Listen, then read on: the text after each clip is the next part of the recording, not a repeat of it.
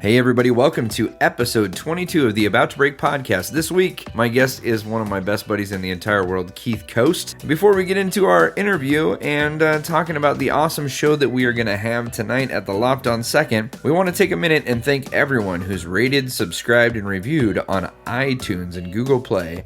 In fact, right now, we're going to share the iTunes review of the week. This week's review comes from Sandra Turner Morales. She says it's a window into the heart of an artist. Sandra writes this: without a doubt, the most authentic representation of the heart of an artist I have heard. Having a window into the successes, fears, and struggles of those who gift their art to us on their way up and on their journey is illuminating. An authentic and quality conversation that draws you in, is relatable regardless of your own journey, and inspires you to continue the pursuit of your own dreams. Taylor Hughes is selective in his choice of interview subjects. In a sea of vapid, self-absorbed egos screaming for attention, Taylor identifies that quality individual and shines a light on their spirit. His interview style draws you in, is vulnerable and authentic, a refreshing voice into the private lives of those who strive to bring a spark of inspiration and magic into our lives. You know, it sounds really unhumble to read that about yourself, but thank you for writing it, Sandra Turner Morales, and thank you to everyone who subscribes and leaves that 5-star review on iTunes. It really is a simple way for you to make a huge difference. One of the ways people find us is through those reviews. It helps bring the podcast up in the search ratings, and we are so grateful. So thank you to everyone.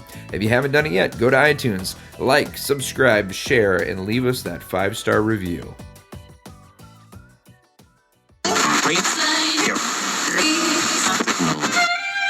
No, I'm not a writer. Okay. Something is about to break.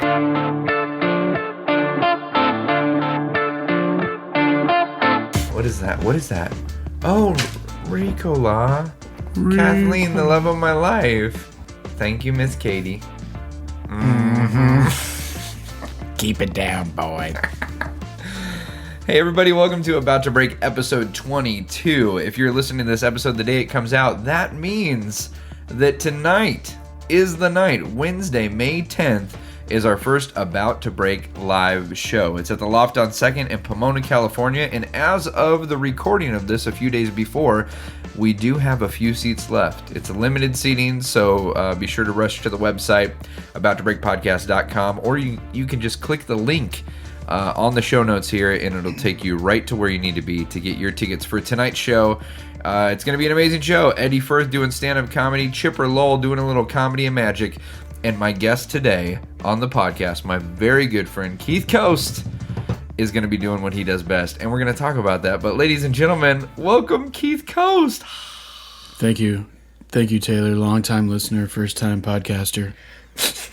I've been practicing that the whole way here, actually.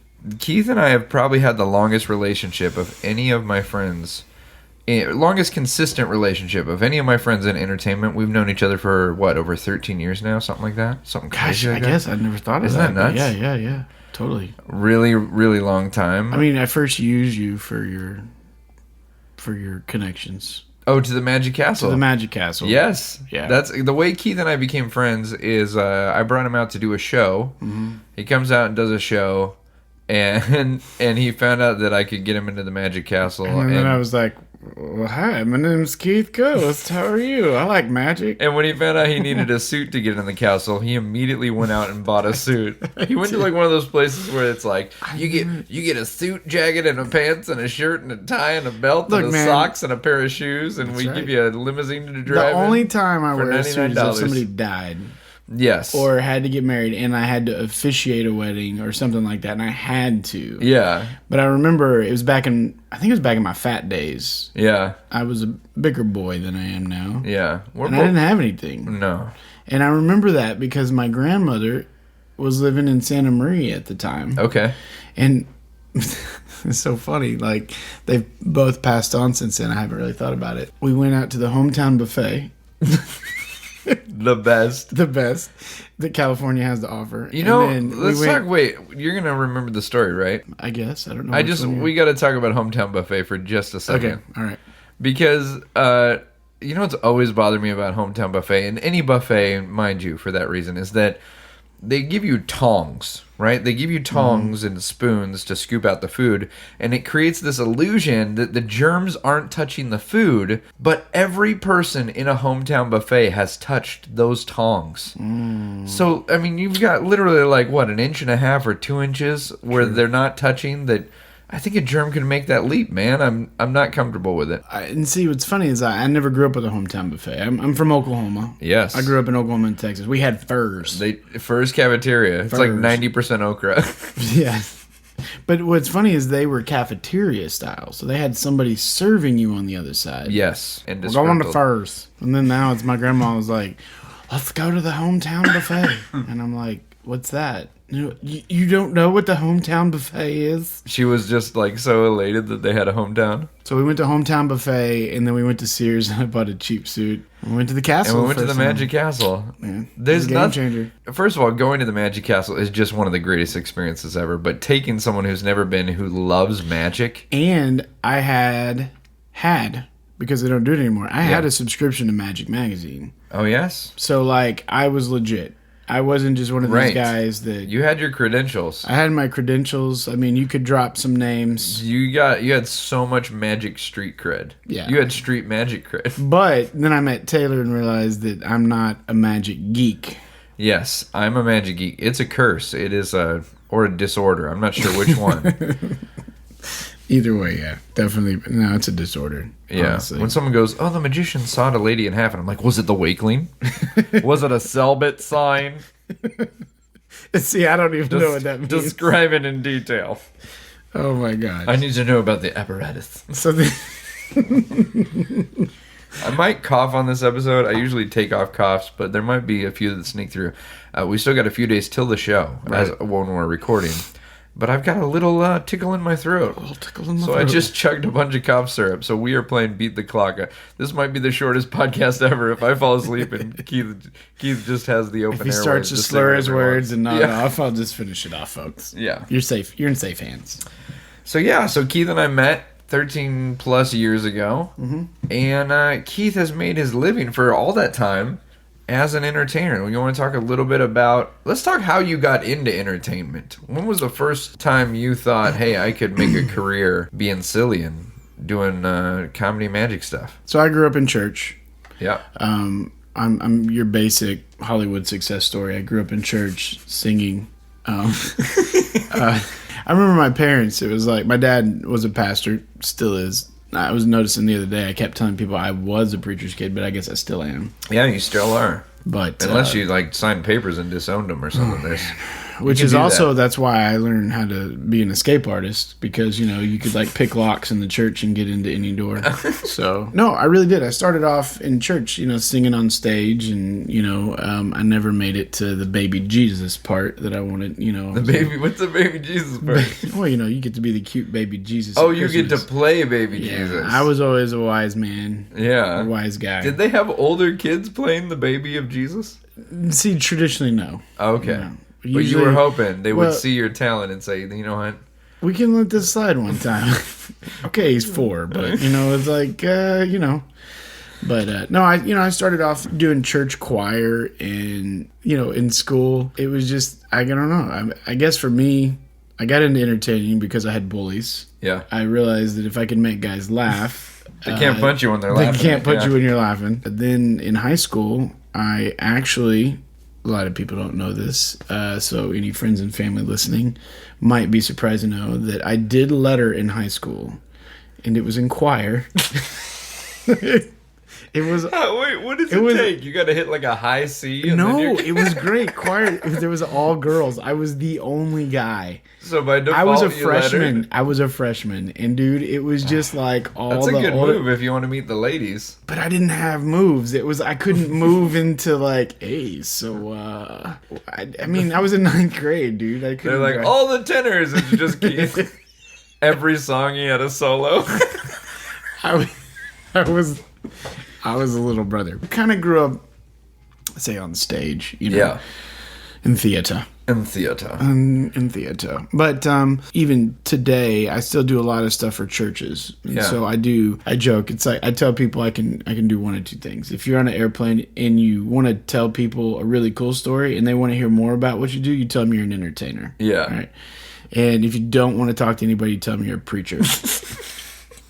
Unless you're flying out of Dallas, because then they're like, "Oh, preacher, yeah. which one? Entertaining preacher. You're an entertaining my preacher." goodness. Oh my That god, Joel Osteen opens with a joke. I like That's that right. every time. that's right. So But good. I think for me though, I do basically 3 different, I guess, say venues or whatever. I work a lot with churches, and I get to have fun, Yeah. and like we're about to do summer camp season, so I get to go and you tell stories, Yeah. encouraging stories, inspiring stories. So I get to work with churches, and then also I do school shows. Yep. And so with that, you get to encourage and inspire kids and entertain at the same time. And then I do stuff for just fun and maybe do corporate stuff, or that's far. You do way more corporate than I do. I don't think You do a lot of festivals and large family type events. Yeah, and anything like that. So I mean, my style is definitely a little more. It's kind of high interesting. energy, weird, crazy. I mean, Yeah, we got to talk about what your show looks like, because it's unlike anything I've seen. But before that, I got to hit on this because you got into this because you had bullies, and it's got to be kind of cool now, like being on the other end of like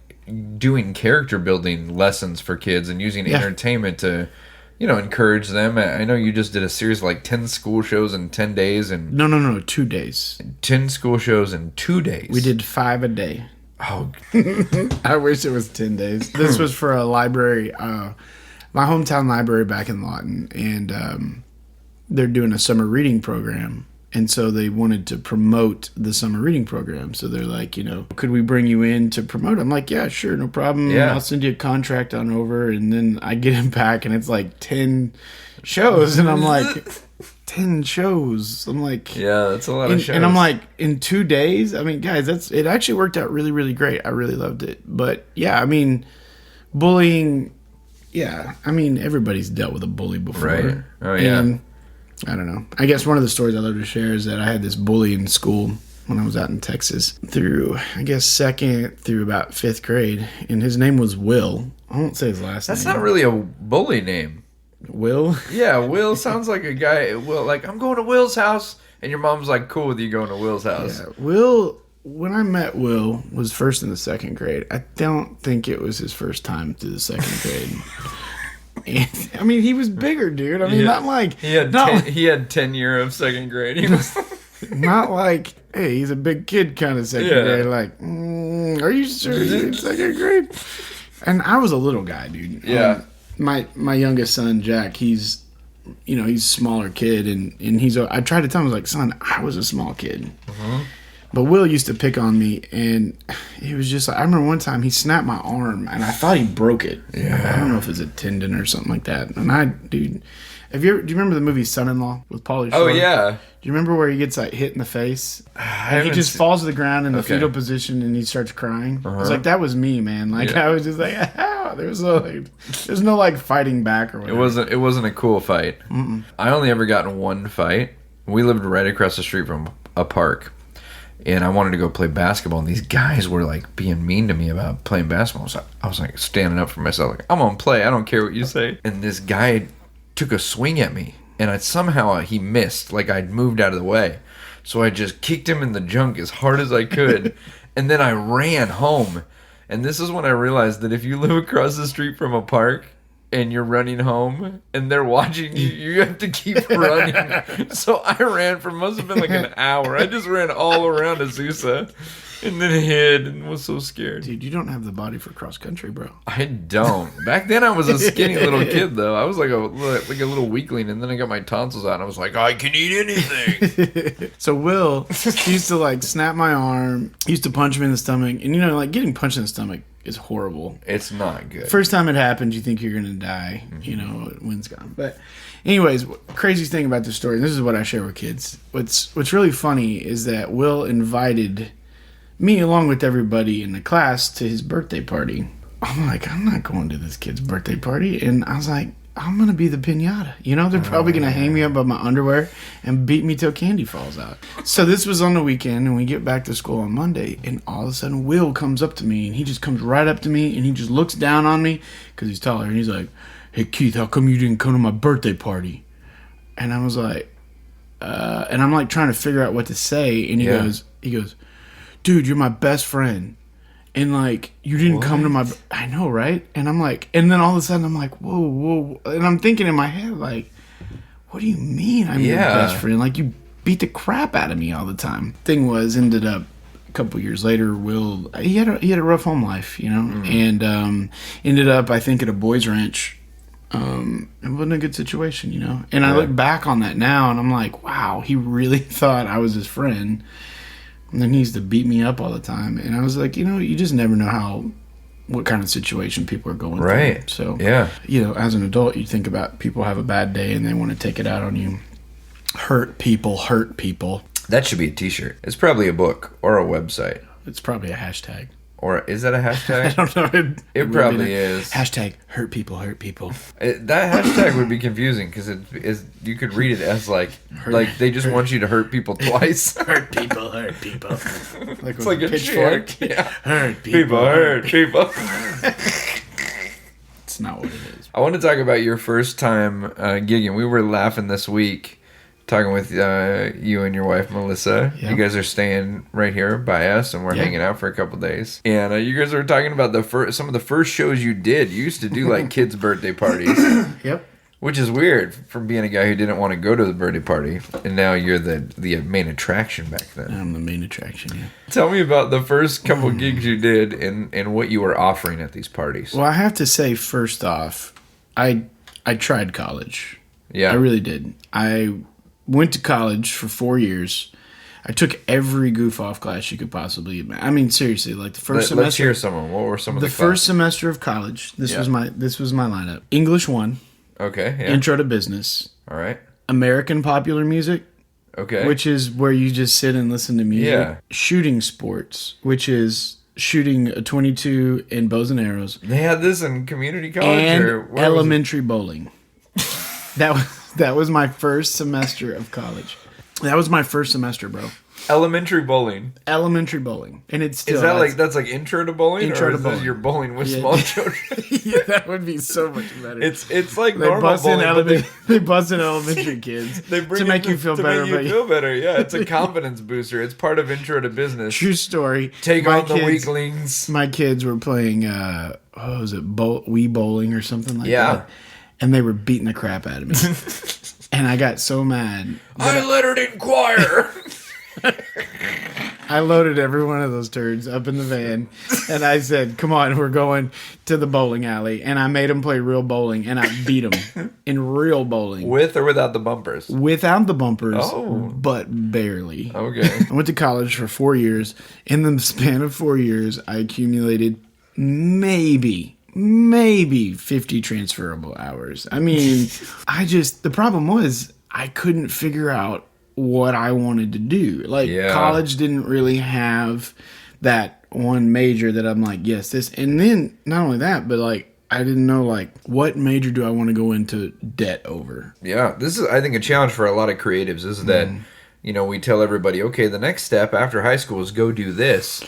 And some people, that's not what they're supposed to do. I'm telling you, like, we're getting to your original question about the first show I did, but I want to do this because this is good. I am very much a proponent of education, but put me on the record, college is not for everybody. Right.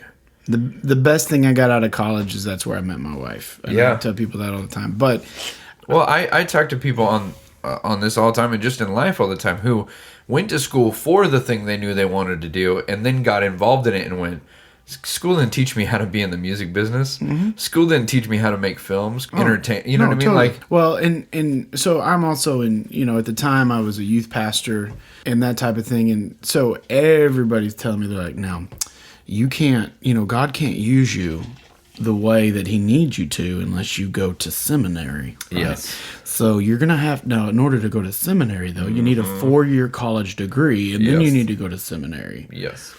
And of course, and you were like, I have a Class C driver's license. They're like, you're hired. What? Put this guy on the bus. You can drive the senior adults on the foliage tour? You're hired. And we're going to ordain him. Oh my gosh. So, but seriously, they're all, and so my argument with that was, well, did the 12 disciples have a college degree? Or did they go to seminary? Right, They're like, no. no, Keith, that's just not how things work nowadays. Yeah. Which I called bull crap on a lot of stuff. But my wife, I have to give her credit. She was very, very encouraging. And she would always say, she goes, you don't have to do this. Right. But I'm a people pleaser. You're a people pleaser. Oh, we totally. both suffer Yeah. from this. We're like Chihuahua dogs in man suits. But we just want to please everybody. Yeah. And you don't want to let people down, right? No. So I just decided to take a break from school. It just so happened that our first child, Dylan, was going to be born the first week of December. And I'm Okay. thinking in my mind, in college, that's a break. finals Yeah. week. Finals Oh, week. yes, finals. And I'm like, I don't want to have my first kid and have to study for a test and blah, blah, blah. So I just took a break. Yeah. And so, it's like my wife was like, you don't have to, and it's crazy, and we actually just moved. So anyways, I took a break. And so I decided that I wasn't going to take a break from learning. So I spent literally probably $500 or $600. I bought, let's see, what did I buy? I think I bought Tony Hassini's. Was it international? It was like the catalog of magic, like a VHS at the time. It was DVD. DVDs. Wow. Yeah, it was like $400. It was like, and this is like the what does he call it? It's encyclopedia. No, It's kind of like an encyclopedia of magic tricks. I mean, it takes you through everything. And I look back, honestly, it's silly and it was horrible production quality, but it was the information there. But I spent several $100s on books. I learned to tie balloons. I had a guy that taught me how to tie balloons, and I'm not talking like, I was actually, the first balloon I learned how to make was like a Roadrunner. Yeah. Like, the guy that was teaching me was like teaching me like competition level. Yeah. Oh yeah. Tweety Birds, Right. Roadrunners, Daffy Ducks. I literally had a kid come up to me one time and I'd made a Roadrunner. Yeah. And it just impresses people when you see yeah. these things. And he's like, dude, can you just make me a dog? And I'm like, Yeah. I don't know how, bro. Yeah, Like, he's like, just like a dog? And I'm like, no, you want a Tweety Bird? Because I've got one of those. Anyone who thinks they don't like balloon sculptures or balloon animals hasn't seen Keith do it. Because your kid will be like, just make me something cool. And then he'll make like Evel Knievel on a dirt bike flying over Caesar's palace. That is not true. I can make a motorcycle. Yeah. But yeah. But yeah, so and this guy also, because this goes into the first gig I got, he taught me how to eat fire. Against my will. What do you mean? Wait, what do you mean against your will? Did he bring Will in from elementary school? No. So this guy, his name's Bubba, and I doubt he's ever going to hear this. That is a great name for a guy who teaches people how to eat fire. He's like, hey, you're going to learn how to eat fire. And I'm like, no, I don't want to, man. And how did he persuade you if you didn't want to? He bullied me.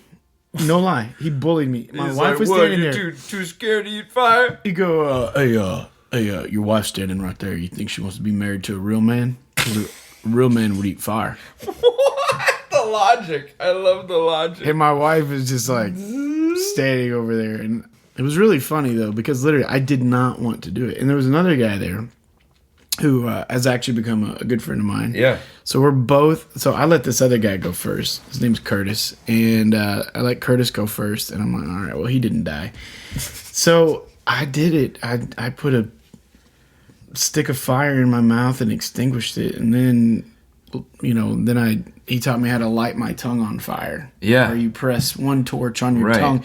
Basically, you're squeezing the fuel out onto your tongue and then lighting the other torch off of there. And this, I see stuff like this. I don't do this kind of stuff, and I see it, and I always think, how do you practice this? Like, you see a guy who jumps on a dirt bike through the air and does a big old flip. there's a lot. I mean, it's dangerous. Yeah. It's really dangerous. I mean, and that's the thing. He's telling me all these horror stories because you need to hear the horror stories. Right. I mean, my show, I tell people I do illusions, balloons, and dangerous things. Yeah. I mean, they're not, They're dangerous. They're dangerous, but it's calculated. It's calculated risk. You know what you're doing. Right. Every time Keith steps on stage, it is do not try this at home. Right. And I have to be careful with that with kids especially. Right. But with fire eating, you put a torch in your mouth. If you breathe in, it will go down your esophagus. Right. Right? So you just Seen burn. it happen, yeah. Okay? So before you get it, you're taking this huge breath in. So the only way that air is going is out. Yeah. Right? So, and then it's like, and you hold your breath or whatever. And do it. But obviously, I don't do it anymore because I have a huge beard. I've got a big fire hazard. But I had it go wrong on me one time. Oh, what happened?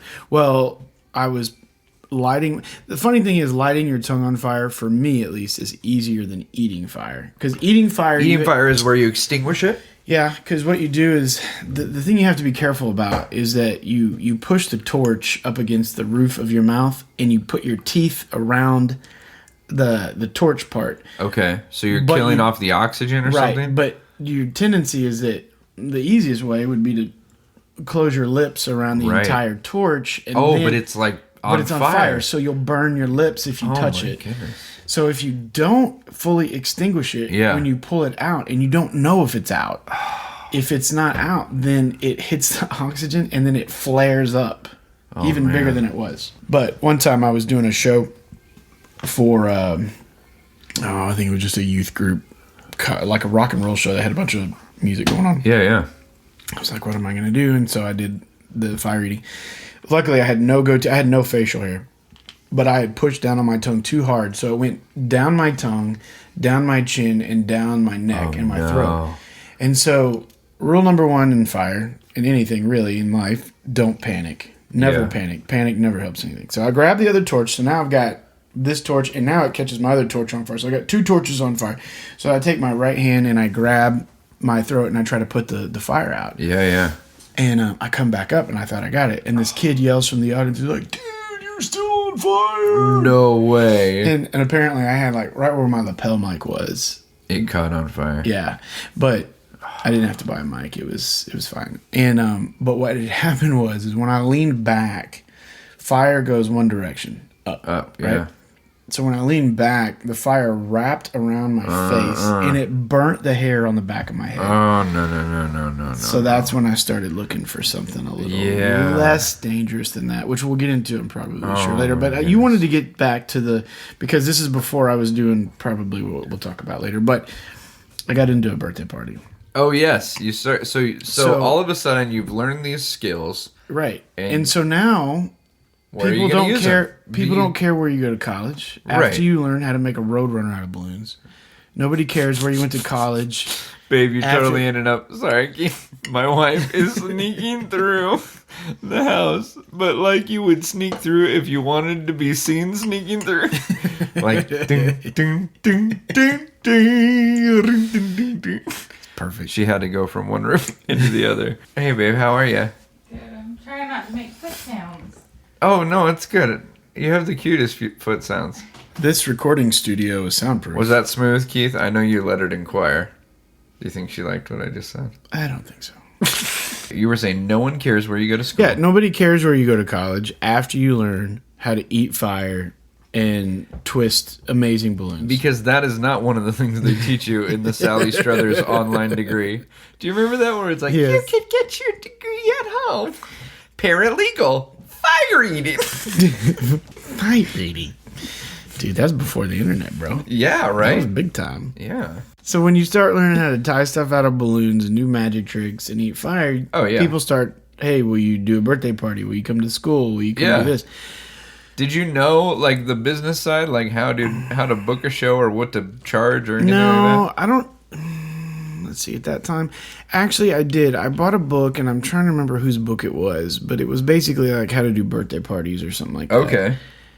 And it was come up with a number and say that number. And then say a higher number. Price? Yeah, for price. Say, how much for a birthday party? And you say $50. Right. And then you get up and say, how much for a birthday party? $75? So you get to where your voice cracks. And that's how you know what you feel like you're worth, or? Right. So some lady had contacted me. It was Sherman, Texas. And you're married at this time. Married. Dylan was... I don't think he was born yet. Okay. I think my wife was still pregnant with him. So this lady calls me up and says, "Hey, I hear you do birthday parties." And I'm like, "Yeah, I do." But you had it, yeah. I have never done one. No, that's another big thing they teach you is confidence. Yeah. And so, you just, put it out there and you, fake it till you make it, right? So right.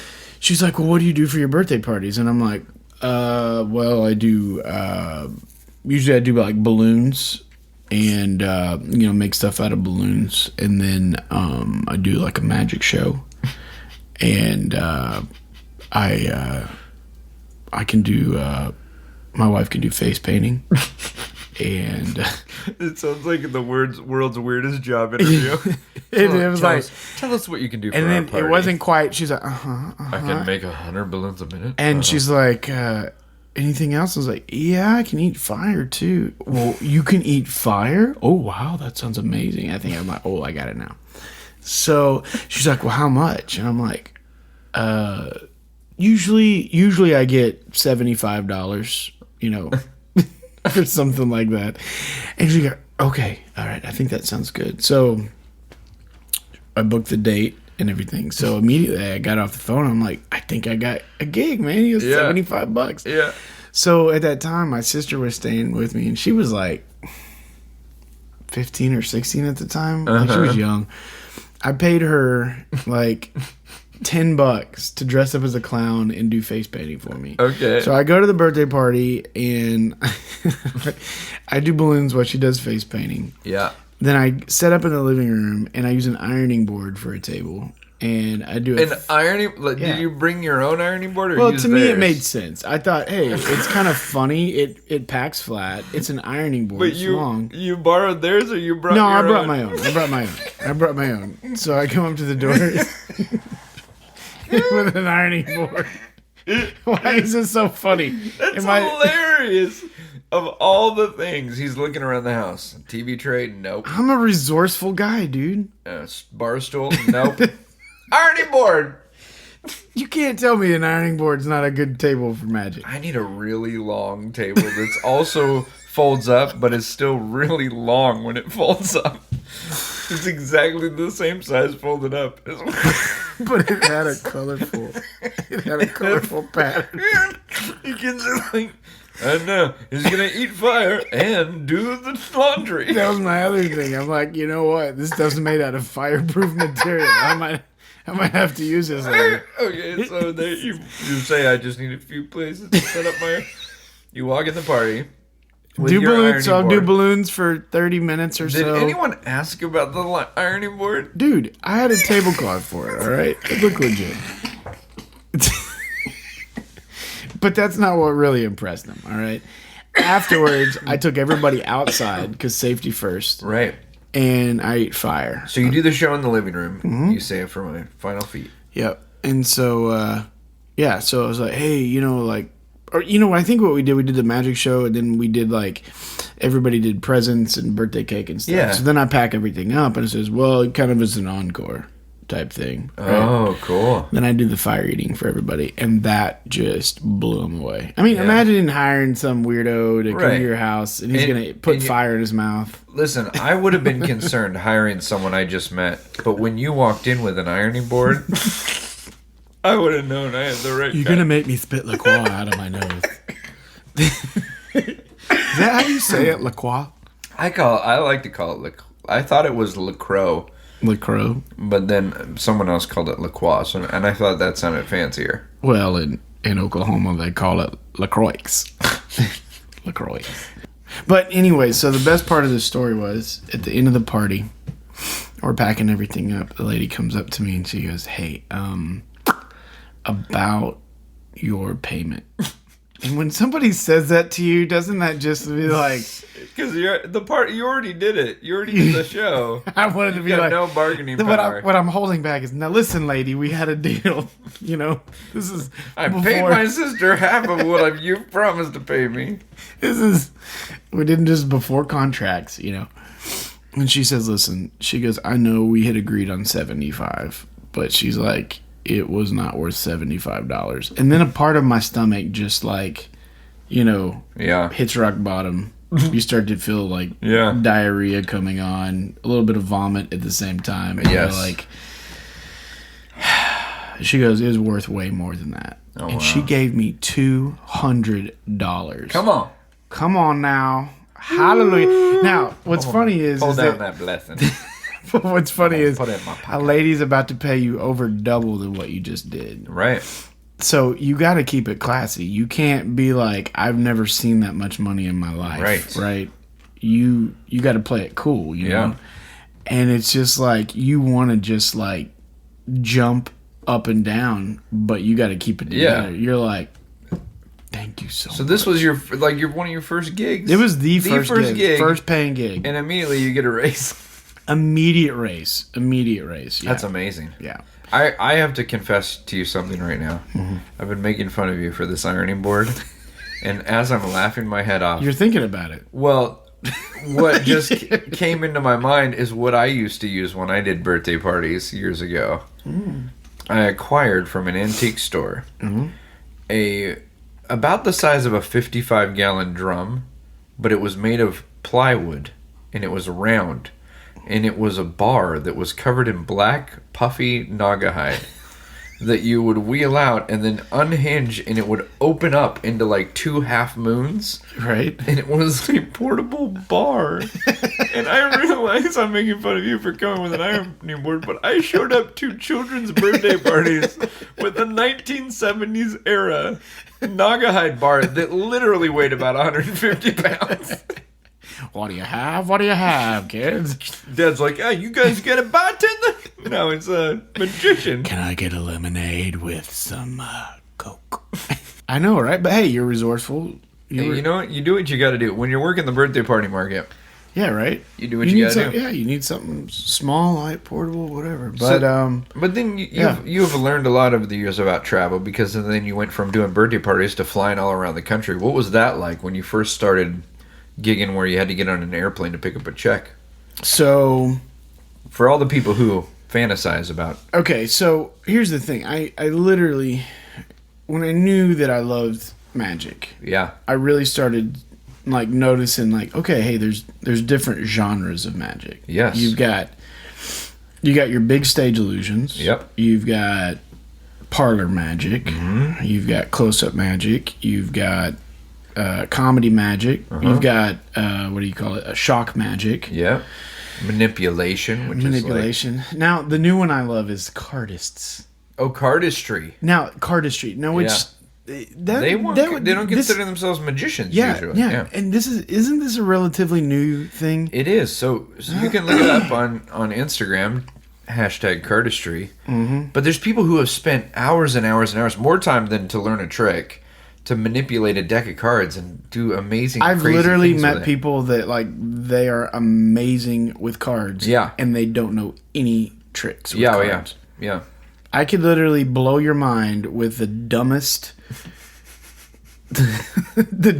card trick. Yeah. And not do any of these impressive moves. Yeah. But these guys, I mean, hey, it's very acrobatic. I mean, it's beautiful. Absolutely. It's beautiful. I kind of look at it though like magicians might get mad at me about this. To me, it's like watching the Lord of the Dance. You know, like the Irish jig kind of stuff. I did a corporate event in Vegas once, and they told me, thanks so much. You're in town for the night? And I said, yeah, I don't fly out till tomorrow. They said, we're going to take you to a show. And I was like, I've never been to a Vegas show. This is great. You know, I've done a Vegas, never been to one. Mm-hmm. So they take me to see Michael Flatley in the Lord of the Dance. And I'm telling you, Keith, for the first 3 minutes... it was the most amazing thing I'd ever seen in my life. Mm-hmm. And for the next 3 hours, it was the exact same thing. I feel like it's like watching a goat dance on the hood of a car. Yeah, it's like, oh, cool. You shuffle cards fancily. What else do you do? So, well, and it's like, I don't know. I see these weird videos of like kids like, like where it's they put amazing. their hands around the card. Hey, it's great. It's absolutely amazing. But I guess it's surprising to me that like you would go as a cardist, as a card manipulator, and go all that way and not like learn a magic trick. One trick. But I am thrown about.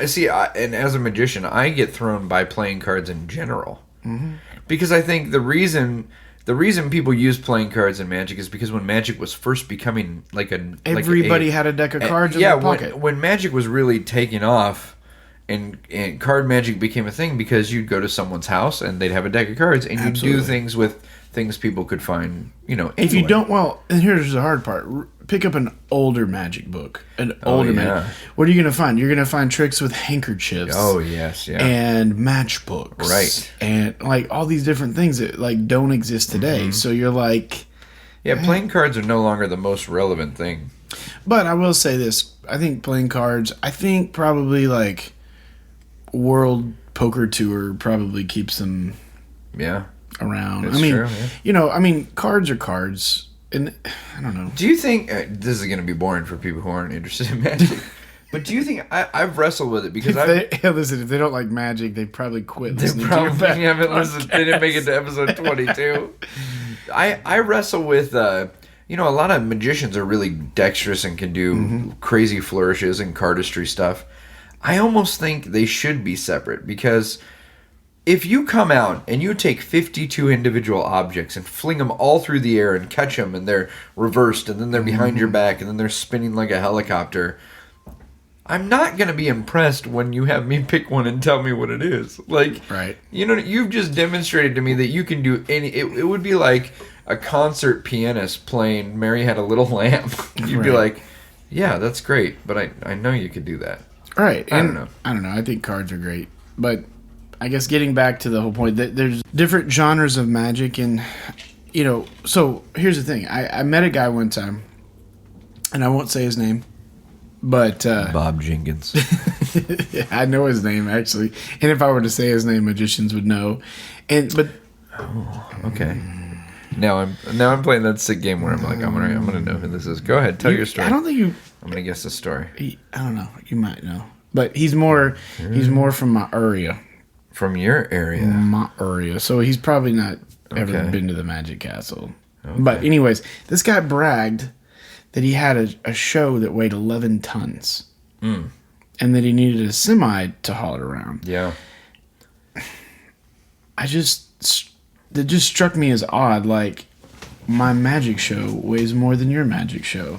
It is interesting. I'm glad we're talking about this because you changed my philosophy on this a lot. Right. I used to think that the more stuff you had, the bigger the show felt. Right. But you have been able to travel the world. Well, get into it. Yeah. So I meet this guy, and he has a semi that pulls around his thing, and I'm just thinking logistically. I'm like, that doesn't make.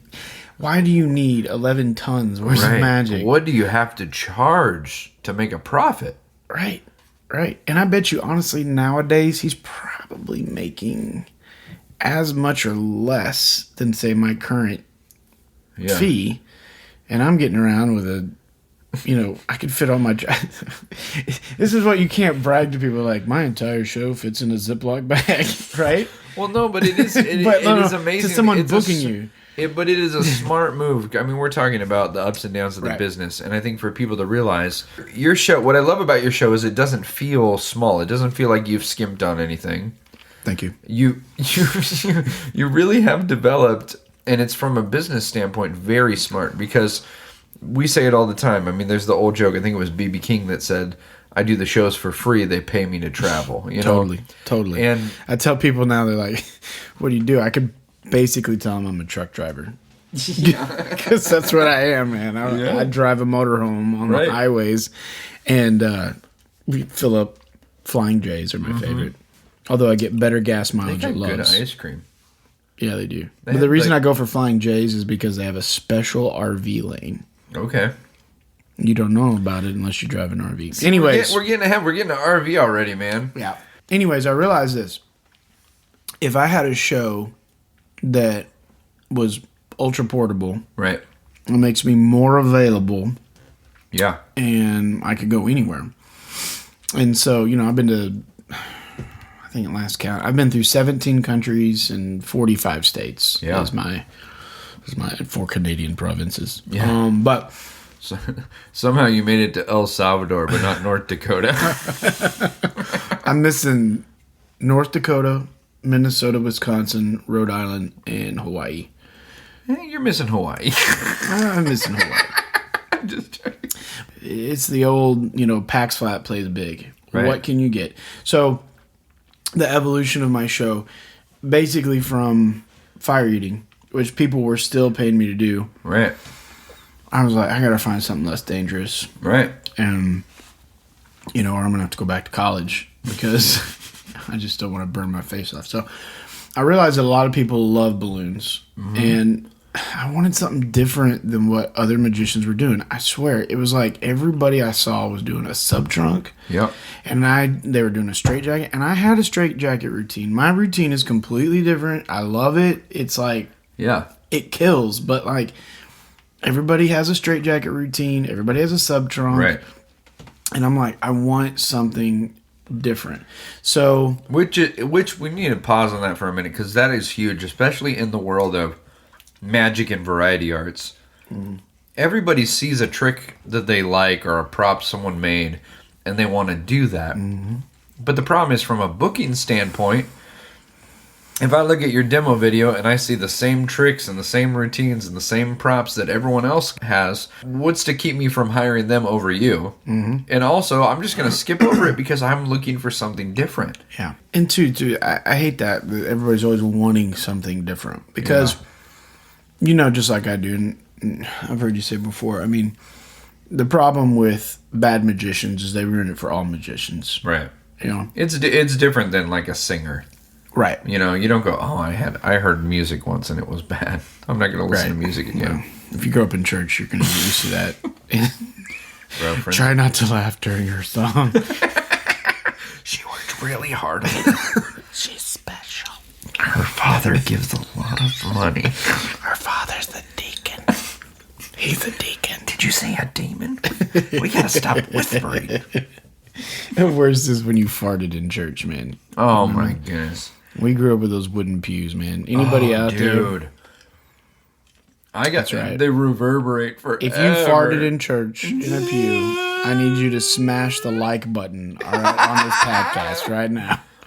We're gonna leave a 5-star iTunes review and just say I also farted in a pew. That's right, and we'll know what it means. That's why they call it a pew. That's right. So, I one time, sorry, I just had a pew story. It sounds so randomly weird. It is so randomly weird. Pew, pew, pew, pew, pew, pew, pew. I went to a Christian school growing up, and we had chapel, which was basically like church that they would have in the morning, once a week before school started. And we had those pews that it was a wooden pew, but then they're like, this is really uncomfortable. But rather than replacing it with chairs, they just made like puffy cushions for them, Mm-hmm. But they were so old. And they never cleaned, and it was dusty. And I remember one day I was sitting there. I was 8 years old, and me and my buddy Cody were sitting in the front row of the chapel. And I set my hand down hard like that on a seat, and dust went up. And I don't know what happened, man. This is my ADD or something. But I was just so excited that I just started going.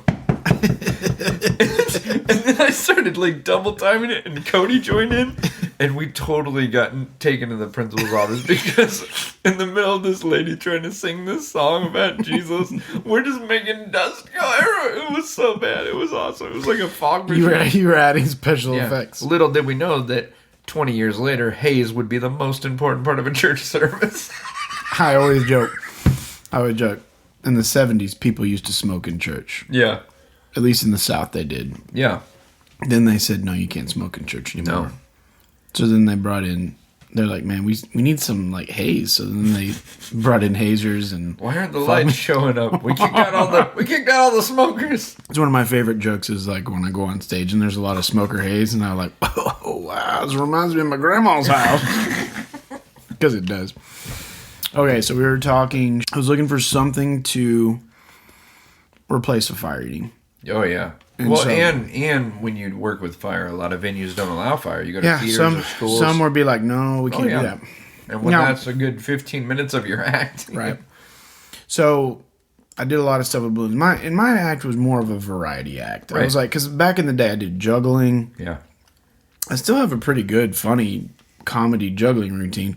But I did juggling and magic and fire eating, and I did stuff with balloons, and I did escape. So I'm kind of like this all around. And are you just pulling things that were interesting to you or you liked? Yeah. So I'm just kind of like tying it all together. Like, honestly, it was just anything I could use to catch people's attention. And two, also, I'm trying to be different. Yeah. I'm not just a magician. Right. I'm not just a juggler. I'm not just an escape artist. I'm a variety act. Yeah. Well, I realized that people really like the balloon stuff. Yeah. And so I think back in the day, I would spend an hour and a half before the show. Yeah. And then make like 10 balloon creations, like Roadrunner Daffy. Like crazy, massive. Tasmanian Devil. Using bunches of balloons on one and thing. spending an hour and a half making those. Yeah. And then basically doing a raffle at the end, not like for money, but like people out of the crowd just randomly giving them away. Well, everybody loved that. Well, they love balloons. So I was like, what's the biggest thing I could do with a balloon? Yeah. What's like something really crazy you could do with a balloon? And at the time, this was like 2002, 2003 maybe. I mean, you got to remember the internet still... It was fresh. Still kind of like trying to figure stuff out. Yep. At that time, I mean, I'm still sending off VHS promo videos. Man. Printing those labels. And I know it makes it sound old, but it really was not that long ago. No. Oh, no. I mean, we're talking 15 years ago. Yeah. It doesn't seem that long. So I was trying to look on the internet of the craziest thing I could do with a balloon. And I saw this picture of a guy halfway inside of a giant balloon. Yeah. And there was another picture, and I click on it. And there was another picture, and I click on it, and I'm like, oh my gosh, that's amazing. A guy got inside of a balloon. I said, Melissa, come here and look at this. I showed her, and she was like, what do you think? She goes, what's he doing? I was like, it's just a man halfway inside of a balloon. I had no idea, but like I could think of like 10 things. I was like, and so my basic idea was like, oh my gosh, what if I got a balloon and got inside of a balloon and tied balloons inside of a balloon? Yeah. So I emailed this guy, and he was like not helpful. He was just a complete jerk. Because, you know, in the biz, especially performers, right, they don't want you encroaching on your territory. Right. This guy happens to be in New Jersey, and I'm in Oklahoma. And so I emailed him like, bro, or dear sir, I saw you a picture of you in the balloon. Could any information? You know, he goes, yeah, it's easy. You just get a big balloon, you blow it up, and you get inside of it. That's it. Yeah. Like where do you get the balloons? He's like, oh, you just find them on the internet. No problem, man. Good luck. I was like, wow. Dang, all right. So he wasn't telling you he didn't want you to do it, but he wasn't helping you. No. And so I kept looking around, and I found this other guy. And his name was Larry Moss. This guy is like a legend in the balloon community. He's like set many, many Guinness World Records for like massive balloon creations and all this stuff. Larry's a great guy. So cool. He's like, oh yeah, man, it's really easy. He says you'll need an electric leaf blower, not a gas one. You know, that's fill it up with chemicals. Okay, and here's the place where you get them. And he was just so helpful, just such a nice guy. And I'm like, this is awesome. So I go to get these balloons. At the time, they were going to cost me like $25 to $30 per balloon. And this is like a one-time use. One-time use. And, bro, this is when I was only getting like $200 for a show. Yeah. So you're like, good grief, man. Yeah, it's like 10%, and you got to practice and learn how to go through how many to figure out this routine. Right. So, but just something in my gut told me, like, this is big. Because I don't know anybody else that's getting inside of a balloon. Right. I mean, I'd never heard of this nowhere. And again, I'm in Oklahoma, so we haven't heard of a lot of things, you know. So the world was a lot smaller before the internet was so big. It was, man. It was. And so I get these, and I get them in, and I was so excited. I didn't have an electric leaf blower, but I did have a gas-powered leaf blower. Now, I know better, Taylor. I know better. But I went ahead and I blew it up because I wanted to see what it looked like. And as I blow it up, I see this swirl of carbon monoxide. Yeah. And my wife's like, you're not getting in that. And I'm like, I know. I was like, it would add an element of danger. And she's like, no. You know. So I let it out. I didn't have now it. reenact the scene from House of Cards.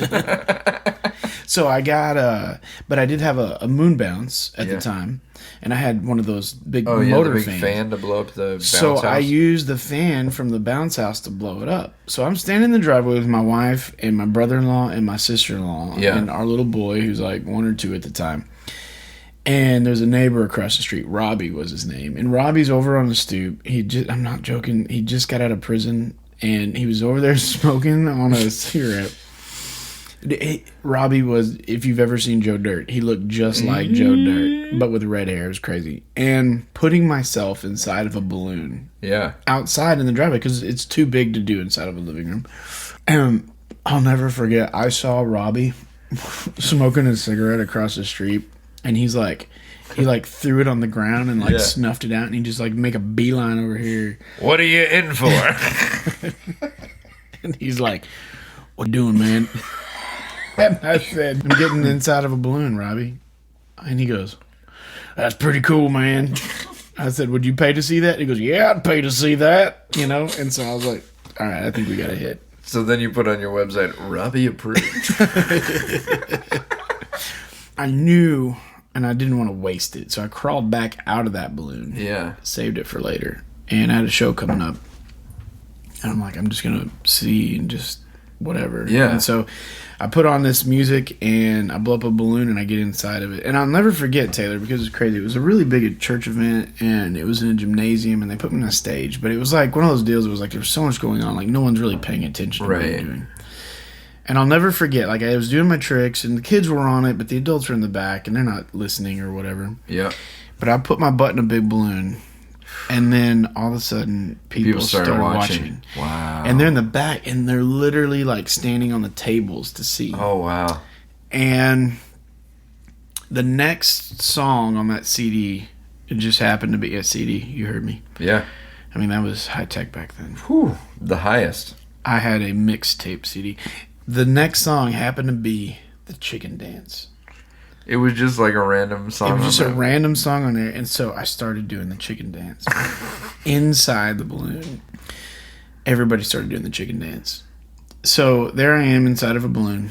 I've been making balloons inside of a balloon. I started doing the chicken dance inside the balloon, and I start seeing everybody, hundreds of people, doing the chicken dance, and I'm thinking to myself, like, what? Like, yeah, I don't know what's going on. It's ridiculous, but it's something people have never seen. They've never seen it. And yeah.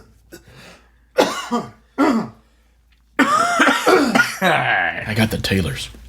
Excuse me. Yeah, it was after that show I was like, this is something special. Yeah. And I'm like, this is it. And I'm like, I'll never eat fire again. Now, I have eaten fire. Yeah. Well, and what's crazy is that you somehow found a piece for your show that plays huge. Mm-hmm. I mean, you blow up this giant balloon and crawl inside it and jump all around the stage, and yet it takes up no room. Well, the biggest part of it is the leaf blower. I got to have a leaf blower. Yeah. But yeah, the balloon is about the size of a quart Ziploc bag. Yeah. I mean, I've been doing the balloon so much now. I've told you, it's like we have this symbiotic relationship. Like I can't stop doing the balloon because like people want to see it. And right. I describe it. It's like if you read Spider-Man comics, it's like I'm Eddie Brock and there's the Venom suit. It's like this alien from another planet. Yeah. And like we make each other stronger. I don't know. It's a bad analogy, maybe. It's okay. I love doing it. I do because people love it, and most people have never seen it. But it's like, man, I'm getting up there, man. I'm almost 40. Yeah. And I just keep thinking to myself, how much longer are you gonna be able to do it? Am I gonna be able to do it? And I think to myself, when I'm 75, it's gonna be even better. Because it's even more dangerous. A 75-year-old man. Because they're like, this is really dangerous. Oh, yeah. Is he going to make it? Yeah. But I really figured more people would be doing it. Yeah. I really did. I thought, I'll get a little bit of mileage out of it for a couple years. I don't know. I've talked to the people that I order the balloons from, and they said, there's maybe 6 people in the world that do it as much as I do it. Yeah, as often. And I think a reason a lot of people don't do it is because they're cheap and they're $25 a piece. And I come out of it, I'm disgusting. I mean, it's sweaty, covered in latex dust. It's gross. But again, I do it because it's different. Yeah. And, you know, I guarantee I've taught people how to do it, and I have other people that try it. And I just say, you can do it, but you're not going to do it the way that I do it. Right. I want to talk about this because, you know, we spent a little bit of time here talking about your act and the approach of like pack small, play big. Right. Which is a saying in the industry. Like, it's a well-known thing of you want to have big impact, but you don't want to kill yourself dragging all this equipment around with you. Yep. And what's awesome is in the past year, 2 years, you and Melissa and the kids have really kind of taken that same approach that you've done with your performance and applied it to the rest of your life, where you say, we want to minimize the stuff that we have, but we want to maximize our experiences. Yep. I have to give credit to the airlines for teaching me how to be thoughtful. Yeah. About how you pack. Because, you know, with airlines, you get 2 bags. Right. Depending upon your airline. I'm an American Airlines guy because of where I'm at. You get 2 bags at 50 pounds. Yeah. You get 1 personal item like a backpack, and then you get 1 carry-on. Yep. So basically, 1 50-pound bag was my show. The other 50-pound bag was my merch. Yeah. And then the other carry-on was my clothes and personal effects. It just became an obsessive game. Yeah. Right? Like, how much merch. And even the thought of merch, like... Right. I need something light, which is why I do a lot of sponge balls in my show. Yeah. Sponge balls are in my show. Sponge balls are light. I can pack more sponge balls, make more money, and that kind of stuff. So anyways, all this process really, really, really came out of flying for so many years. And so really what it came for is that I've been flying and doing these shows for 15 years now, and all over the world. And the last house we had, we'd been there for 5 years. It was we had 10 acres there in Oklahoma. And even Oklahoma was strategic for us. All of our family lives there. I was literally I think 12 minutes away from the airport.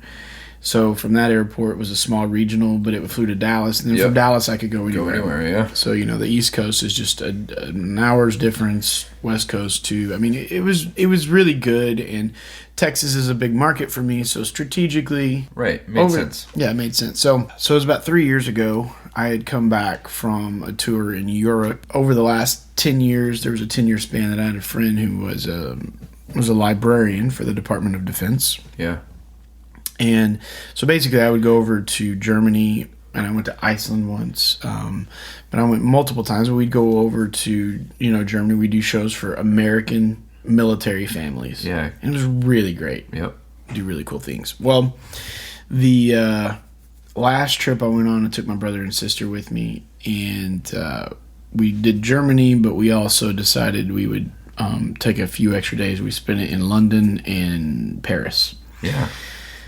And it was funny. I mentioned that because that's just an awesome trip.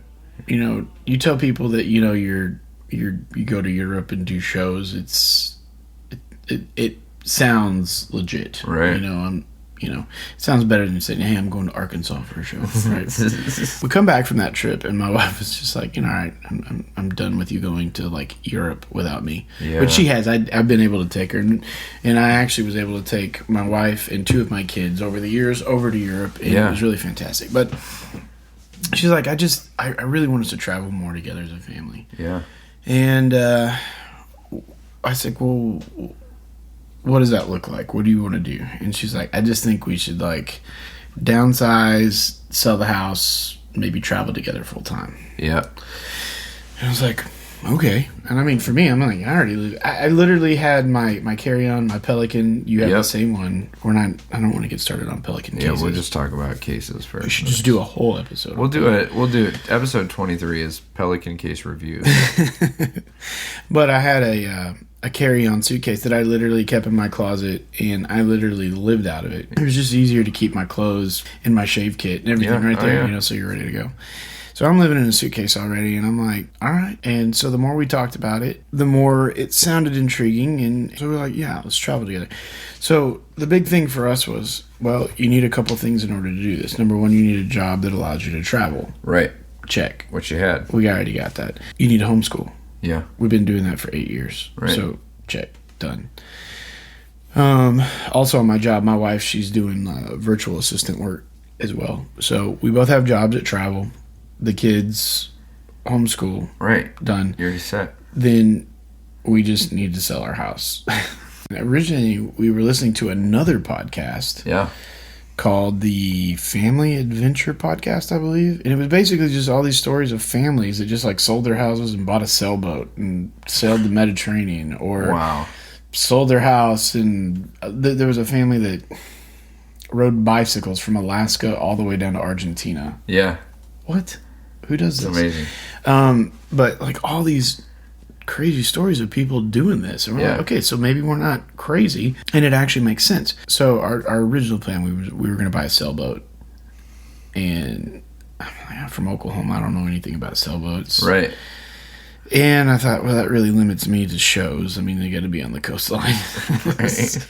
Not doing those sweet Nebraska gigs anymore. Yeah, sweet Nebraska gigs. We basically decided that we were going to do an RV. And I remember it was Easter 3 years ago that we decided, all right, this is what we're going to do. We began the journey of getting ready to sell everything. So we realized that we were going to downsize everything. Did you realize at this point you had way more stuff than you thought you had? No, not at this point. Okay. It was like, this is going to be awesome. You're just all tears, passion, the all tears, gung-ho. the tears, the cursing. The counseling would come later. So we're like, how hard can it be just to downsize? Right. All of a sudden, we're realizing that we're becoming minimalists. Yeah. Which I'd heard of minimalists, but I'd never thought I would ever be one. Right. I come from a long line of pickers, borderline hoarders, and just pack rats. Yeah. And I say that out of love. Out of love. But it's an addiction. At least for me it is. Because I have a hard time, Taylor. I mean, I see value in everything. Yeah. So, like, I have a hard time throwing things away because you're like, well, I can use this for something. Right. Or I don't want to see it end up in a landfill. Right. Okay, so because of that, it made this whole process, because I cared about where things went, it made it very hard. So you either had to sell stuff or donate it or throw it away. Yeah. Or just get rid of it. And so we started, I was selling stuff on eBay that could, mail easy. The bigger stuff I was putting on Craigslist. Yeah. There was an antique store downtown that I had a bunch of antiques and nicer stuff, so I had a booth down there. I was selling things there. And let's see, so we're doing the best we can. Anything else that we didn't need went to Goodwill or Salvation Army. Through that process, we realized so much. Like, you place emotional attachment on items, right? Yeah. So when you give away something or something, it's like you're getting rid of that memory, or you're giving away that memory. Wow. And that was very, very hard to get used to. Yeah. Because to go on the road full time, to live in a trailer or an RV, you don't have that much space. So it's down to like 2 coffee mugs instead of 100. Well, and it's funny too, because it's just like losing weight. If you get you go diet and exercise, you get down to that goal weight, right? And you're all happy and stuff. But then you go back to eating donuts and crap, or tiger tails at 12 in the morning, right? Like we almost did. Oh, we did, but we didn't. We might still. Now is the time when they're making them fresh. Our wives would never know. Dude, it's midnight. We're recording at midnight. They're making them fresh. Who is there? How far away is that place? We can be there in 15, 20 minutes. No way. All right. Okay, we might do that. Okay, so let's hurry this up. So, we've experienced the same thing because we not the same thing, but we moved into we bought a small house. Mm-hmm. Our kitchen's very small. We have like a limited, so it was one of those things of like, we don't need 3 whisks. No. So even today we were making breakfast and you were like, hey, where's the whisk? And it's like, oh, it's in the dishwasher. Right. Well, and so you really start to get intentional, right? So, and I'm still, it's like, no matter how much I pare down, there's still so much I can do. Right. Like, I really want to get to the Steve Jobs wardrobe, where it's just denim jeans and a black turtleneck. Yeah. You don't have to think about what you're wearing. No. I think Einstein did that too. He wore the same thing every day. Yeah, and I think Mark Zuckerberg does it as well. Wow. But I have a t-shirt addiction. So well, I like that you gave yourself a rule. If you wanted to buy a t-shirt, you had to get rid of one, which is tough because if you care get about one, the you one give you one. have. Right. Yeah, I want to make sure that we can talk about this traveling full time because you guys have been now for how long now? You've been on the road full time. A year and a half full time. You live on the road. Correct. And you've got 3 kids. 3 kids. 2 of them are teenagers. Yep. And you're making it work. So let's talk about some of the... Oh, and 2 dogs. And 2 dogs. Because I remember when we were talking to you, and you told us, hey, we're going to sell our house. Yeah. We're going to go on the road. A big thing was we don't want to spend our money on stuff. We want to spend it on experiences. So let's hit on some of the cool stuff you've been able to do. Where have you gone? What have you done with the kids? Okay, so the first experience we've given our children is we took them out of a 2,400 square foot home and put them into a 46-year-old trailer. That was how big? 120 square feet. So pause for a moment and think about that. 120 square feet is like a good sized closet.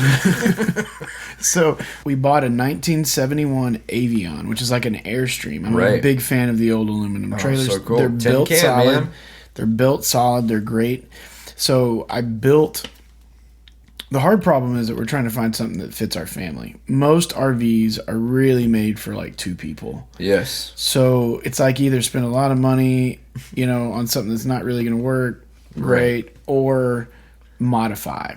Yes. So I bought something, we modified it, so it's got like a bathroom in the back. It had 2 twin beds because apparently that was real big back in the... Ricky and Lucy, man. Ricky and Lucy. So we turned one of the twin beds into a bunk bed. So the 3 kids slept in the back. So 1 over here, 2 over here, closet space, kitchen. And it was really cool the way you guys had it set up. My wife and I slept on a dining room table. Well, it turned into a bed. It turned into a bed. Right. I have to give you this because we are talking about experiences here, right? Okay, so we have a dining room table that folds down into a bed, a full-size bed. Right. Every day. Yeah. Our goal was to only do this for about 6 months, and then we would have a better idea of what kind of RV we needed. Right. So you get into something that you can afford. Right. Make it your own, which you guys did. It was awesome. Right. So when we sold the house, our trailer's paid for in cash. Yeah. We are pretty much debt free. Yeah. The only thing we owed on was we pulled it with a 15-passenger van. Yeah. I remember the kids were so excited because they each got their own seat. Yep, like their own 3 bench, seats. man. Yeah. So we did that for 6 months. At the end of 6 months, we said, hey, we have a choice. We could go buy another RV right now, or we could take what we have and drive to Alaska. And then when we get back, we could look for an RV. Yeah. And you guys had already done how many states? At that point, probably about 15 or 20. I mean, we were rolling, man. I mean, like in the first we're basically just following our shows. Right. You got shows booked all over the country rather than flying on an airplane. So from by yourself, March, you're bringing your family with you. So March, we drove all the way from Oklahoma to Florida to see friends. And that's the thing. Yeah. We're like, hey, we got friends here. We got friends there. So so we drive down to Florida. We visit some friends, and I got a show up in Richmond. We drive to Richmond, Virginia. We have friends in Richmond, Virginia. Yeah. So then we drive over to Nashville because we're like, let's spend a couple days in Nashville. And, hey, we've got friends in Nashville. So we go see our friends in Nashville. Then we drive over, let's see, where do we go? I don't remember. Somewhere else. And then we go to Denver. Yeah. For shows. Uh-huh. So we did those shows, and then we had to drive down to Texas. So, I mean, just in that month and a half, I mean, we covered like half of the United States. That's wild, man. We spent our summer in Texas, which is the total wrong thing to do if you have an RV. It's dumb, but I had work there, so it didn't matter. And then we decided, so in August, we drove our 46-year-old trailer behind a 15-passenger van.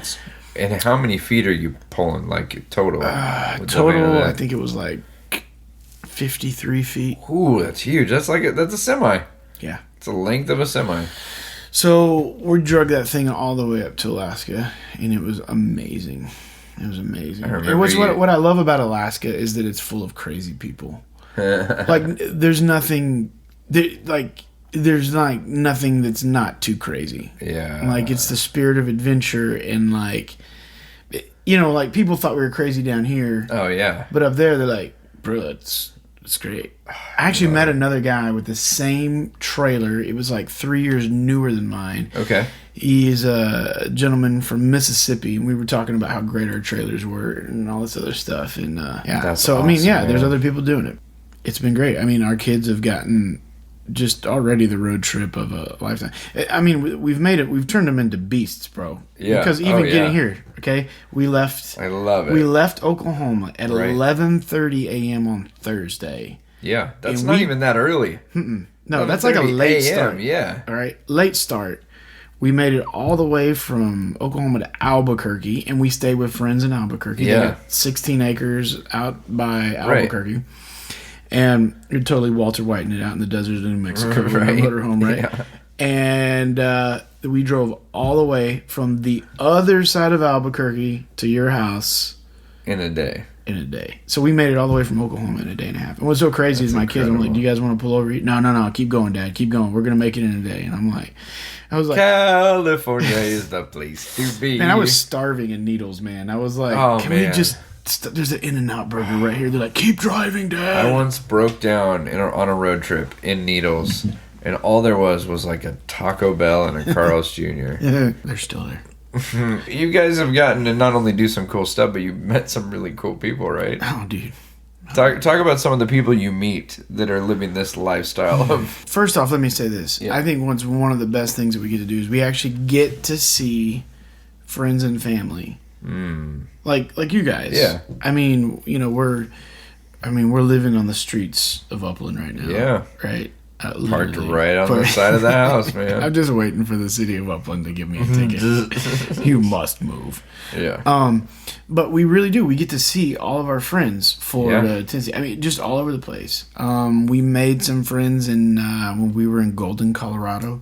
We got there. We knew there was a snowstorm coming. We tried to beat it. We did. The next morning, we woke up and there was 16 inches of snow outside. I didn't have a snow shovel. I had a broom. Nothing. And the neighbor next door, he had a snow shovel. Yeah. And I asked him if he could borrow it. And he said, sure. We got to talking. Really nice people. They had a Airstream as well. They loved our trailer. I loved theirs. It was like really Yeah, cool. you're bonding. So if you want to look them up, Spot the Scotts. They're on YouTube and that's stuff. fun. Yeah. So Brian and Christy Scott, they are awesome. They have kids as well. But yeah, you meet all these people that are basically, I guess, if you live in an RV full time, they call it full time family. Because you're together all the time. Right. And so there's a lot of full time families out there. There's Yeah. a big community of people. There's a big support group, and yeah, it's you meet a lot of families like that, and then you meet a lot of weirdos. I mean, there's there's some. Give us a sketch story. We were in Fairbanks, Alaska. So everything in Alaska shuts down basically in Labor Day because it starts to get cold up there. Yeah. So all the RV parks start to shut down and everybody starts to head south. That was the thing I didn't realize happens in colder climates. Like my in-laws live where it snows a lot, and so many of the businesses just board up the window, just shut Yeah. down for the season. Oh yeah. So we got to Denali it was mid-September, and Yeah. Denali's shutting down, man. Yeah. We got there 4 days or 3 days before they were closing, and it was just like, okay. I mean, Right. But I mean, the snow's coming. And Right. you got to get out of town. Okay, so we go up to Fairbanks. There's like 3 or 4 RV parks in Fairbanks. None of them are open. And so it's starting to get dark. So we pull into this one, and there's this one motorhome sitting there. And you're like, oh, And we're like, well, maybe. right, somebody's here. So we park the kids in a safe location. We give them a knife. And no. Anyone comes through that door that ain't your mom, you just keep jabbing. So, I mean, that's how you survive in Alaska, right? And we go knock on this RV door, and this dude, he reminded me of the guy. You remember Magnum PI? Yes. Who was the guy that was not Magnum? He was like Magnum's buddy who was the older, but Yeah, but he was had like the slick boss. back, grease back hair Yes. with the pencil mustache and the Yes. white shirt. Magnum. Yes. This dude, slick back hair, pencil mustache. White and- suit? No. Hawaiian shirt. Yes. But you look at it and it's all cocktails and like margaritas and stuff like that. Instead of like palm trees. And he's like, hi, can I help you? And I was like, we're just wanting to know if the RV park was open. And he's like, no, I don't think so. But like, I've been waiting here with a checkbook to give somebody, money if they need it. And He's like, I'm just going to roll the dice. And if they show up, I'll pay up. He's totally squatting this RV park, man. And so he's like, y'all just come on in. He goes, I'm watching 3.5 Men. I was like, well, we're good. We got kids and thing. There's more to the conversation. Yeah. I don't know how far I want to go into this. It got a little crazy. And then so we pull around the RV park. I find a spot, kind of pull in. The electric's not working. Nothing's turned on. Apparently this guy... He's somehow like tapped into the grid. Yeah, I don't know. But Melissa's like, well, let's just look around. And we look at this one campsite. And it's all of these like booze bottles and boxes of booze or whatever. Yeah. And there's a mattress just laying on the ground. Oh. And the mattress is like shredded. Like it's been like a wild animal? Or something. Freddy Krueger, wild animal, whatever. Let your imagination go wild. And Melissa looks at that. And she's Listen, like, I said if anyone comes in this trailer, person, mattress. she's like, I don't know what's going on here, but we're not staying here. And I'm like, this is like, I was like, but it was a beautiful little campground. Yeah. And she's like, Keith, if anything happens, there's like nobody here. I mean, there's that guy over there, but I don't trust him, And I'm like, Yeah. I get it. I was like, well, our option is Walmart. So Yeah. she's like, well, I would feel safer at Walmart. So we pulled to Walmart. And then I experienced another experience. Dude, Walmart is stinking like... A lot of people don't know this, but Walmart has like a nationwide policy that you can camp You can camp there. in their parking lot. Yes, but in Alaska, apparently you can like unhook your trailer and just drive away. I'm not People joking. are like putting their thing up on blocks, Yes. taking their tires off, not that bad. planning But, like, plans. So that night, there was literally, I counted like 8 RVs. So fifth wheels, travel trailers, motorhomes, whatever. I woke up the next morning and there was like 30 travel trailers. Whoa. You're like the Coachella of full-time family. But the crazy part was there was a motorhome next to us, not next, but I mean it was over there. There was traffic all night long, and I don't know what kind Traffic going up to the motorhome? Let's just say they were taxis dropping off young men, off and on all night long, and it was just like, okay, I don't know what's going on over there, but I know what's going on over there, and we need to leave. So, it was just telling like, okay, we're going to go home. We did get to see the Northern Lights. And look, you do meet some crazy, weird people, but we met some great people. So good, I mean, you just get to meet the nicest people. And there were these 2 ladies. They were in a Class B motorhome. It's like a van, like a road tech or whatever. Yeah. And it was so funny. We ran into them when we were in Anchorage, and then, no lie, we ran back into them when we got to Vancouver. Yeah. Like the same 3 people. weeks later. That's crazy. And they're the sweetest ladies. So great. And so you meet some fantastic people and some people we still keep in touch with. Yeah. And it's just so great. And it's an amazing lifestyle. It's been really cool, man, because you guys, I mean, like I said, you guys are some of our closest friends, and so being able to get to see and to talk about firsthand what it's been like for you guys has been really rad, man. Thanks. I know that it's not been easy always. Yeah. That's life, though. Yeah, I mean we talk about that a lot on here. It's just the ups and the downs. Any advice you would give people who feel like they need it? Not maybe it's not this, but they feel like they need to do something. They need to make some sort of move in life, and maybe they're hesitating because of fear or whatever it is. Anything that's helped you guys? I think the greatest quote on fear that I've come across, I didn't come up with this, but worry is fear using your imagination to run wild. You can think of every excuse of why not to do something. Yeah. You can play every worst case scenario. Right. And I think for me, people always say, what's the worst that could happen? Yeah. But I think the better question, what's the best thing that could happen? Yeah. Right? And, years ago doing the show stuff, it's like, what's the what's the best that could happen? Yeah. Walking away from being on staff somewhere, taking a check, to not, I haven't had a steady paycheck in 15 years. Right. But I wouldn't trade it for anything now. And the same thing with doing this with our kids. At first, I think as a parent, you're always like, man, I'm going to screw up my kids. Yeah. It's like, we just made them get rid of all their stuff. Right. But it was really great. Our kids were ready. Our kids were ready to move into our RV before we were. Wow. My wife and I are still got stuff from when we were kids that we're trying to figure out what to do with. Yeah. They're like, let's do this. Right. And now they're embracing it. Yeah. Part of that is just how you guys have modeled in your life of, let's not just talk about doing something, let's do it. Mm-hmm. Even I like that this week, you guys are down here, we're doing some shows, we're hanging out. But then, you guys were like, oh, it'd be fun to go down to the beach. And within 30 minutes, it'd be fun to go down to the beach for a night, turned into, let's drive up the coast and stop at all these places and go. There's places, there's this idea of there's things we've always wanted to do, and they're minutes, they're a couple hours away. Mm-hmm. Let's go do it. Let's do it. I just love that. How many people sit in an office for 40, 50 years thinking about what they're going to do someday when they're retired? Yeah. As opposed to just, let's enjoy this while we're... Well, and you bring up a great point. I think this, too, for anybody, this is good advice right here. We run into people all the time that look at us that are in their 60s, 70s, and they say, you guys are doing it right.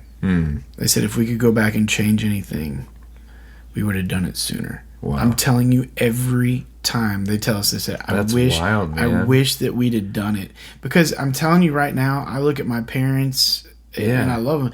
And to me, my parents are not old, but they're in their 60s. Right.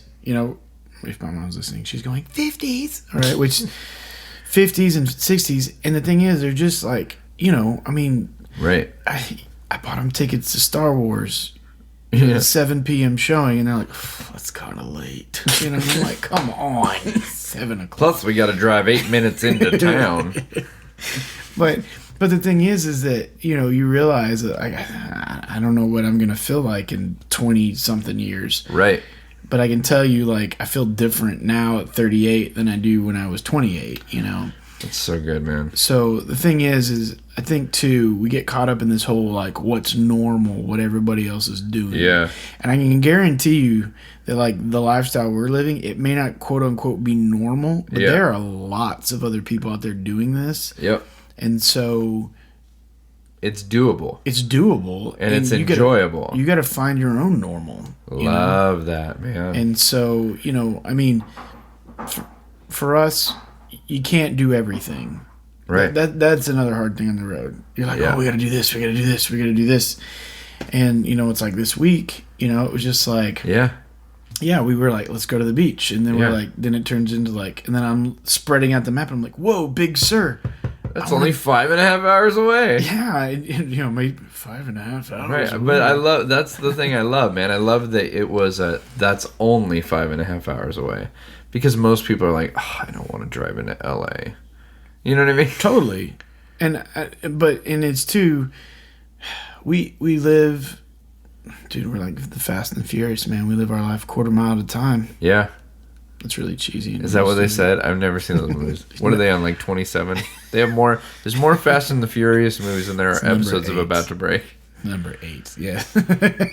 Dude, this was so good. We're gonna have to do this again because I have 12 other things I wanted to talk about, and we're already over an hour and a half into this thing. Totally. So, well, main thing is that if you really want your life to be awesome, right? It's May 10th. May 10th, and you're listening to this on the day it comes out. You're like, and you want your life to go just to the roof. You need to come to the About to Break live tonight at 8 p.m. At 8 p.m. Actually, come at 7. 7 is an unadvertised happy time. What? It's going to be fun. I didn't know about this. It's unadvertised. Even now, I can't say what it is. Okay. but there will be happiness Happiness. for about an hour before the show. Happy hour. No, I can't. No, I cannot confirm or deny that. But there will be happiness for about an hour. Guys, you're gonna love this place. I actually went to check it out today. Today, yeah, we had to go check clearance on a bullwhip. Yeah, So yeah, it's mildly dangerous. It is mild. It's gonna be fun. But I will be using my bullwhip, and I will be putting my entire body, yes, including my badonkadonk, inside a Pringles can. But I'm gonna put myself in a balloon, and I'm only gonna do it because you want to see it. It's gonna be. Really I'm not doing it for me. I'm telling you, I'm doing it for Taylor. It's gonna be awesome. So, and part of the show that we're doing tonight, Keith Coast, my buddy Eddie Firth. And if you haven't listened to that, there's 2 episodes. You need to listen to those. Yeah. Oh yeah. And I was like, I think I've listened to every episode. And I'm like, he goes, did you listen to the one with Eddie? And I'm like, I don't think so. And then there wasn't one. It was 2. It was 2. So those podcasts got me clear through the Texas Panhandle. It was true, man. If there's one thing our podcast is good for, it's long road trips, keeping you awake. Eddie Firth, and then my buddy Chipper Lowell, who is it's hard to even describe. Yeah. He's How hilarious. come all your friends are hard to describe? Maybe I'm just not good with descriptions. Yeah, it's going to be tonight, 8 o'clock. You guys are really... An hour of happiness from 7 to 8. Hold on. How much are tickets? Tickets started just $10. So here's what we've done. It's a very intimate venue. We've got limited seating. So, intimate? What? So, like, intimate, like personal. Like, it's like... Sitting on somebody's lap? No, not sitting on someone's lap. You were there today. Yeah. You walk in the room and it feels like magic. It is. It really. It's a special space. It's a 120-year-old artist loft that is beautiful. We have a structure in Oklahoma that is 120 years old. Yes. It is our oldest mobile home that has not been destroyed by a tornado yet. The Loft on 2nd, 8 p.m. People can get tickets. Keith, we've made it simple. We have set up a website address. A website address. You go to the About to Break podcast.com / Nope, just that. About to Break. There's a link right on there. It says live shows. You go to abouttobreakpodcast.com, click on live shows. You can get tickets. Or even better, if you're listening on iTunes or Google Play, just tap the photo on this podcast that you're listening to, and the photo will magically transform into words. And one of those words will say get tickets. And if you click on that, you go right away to the site. And if you come and see me before the show and slip me a Benjamin, handshake, front row seats. Tickets are just $10. If you want a guaranteed close-up seat, it's $15. But either way, show's going to be awesome. It's going to be great. Free hour of happiness. And then we're all going to be there doing stuff and telling stories. Totally. I can't wait. It's really going to be fun. And if you're not there, it's because you don't care. Right. And if you don't really care, I mean, why are you here? And a friend's a friend forever. If the Lord's the Lord of them. We're looking at each other in the eyes while we're saying. And a friend will not say never. Never. Your children are sleeping right now. All right, guys, we're going to end the podcast because we got to go get donuts. Good night. They're hot and ready. Tiger Tails. Donut Man in Glendora, California. If you ever want a donut, it's delicious, and it's 12:30 in the morning. Maybe we should do the after party there. After party of the About to Break Live? Yeah, why not? Maybe. All right, guys. We'll talk to you soon. We love you. It's donut time.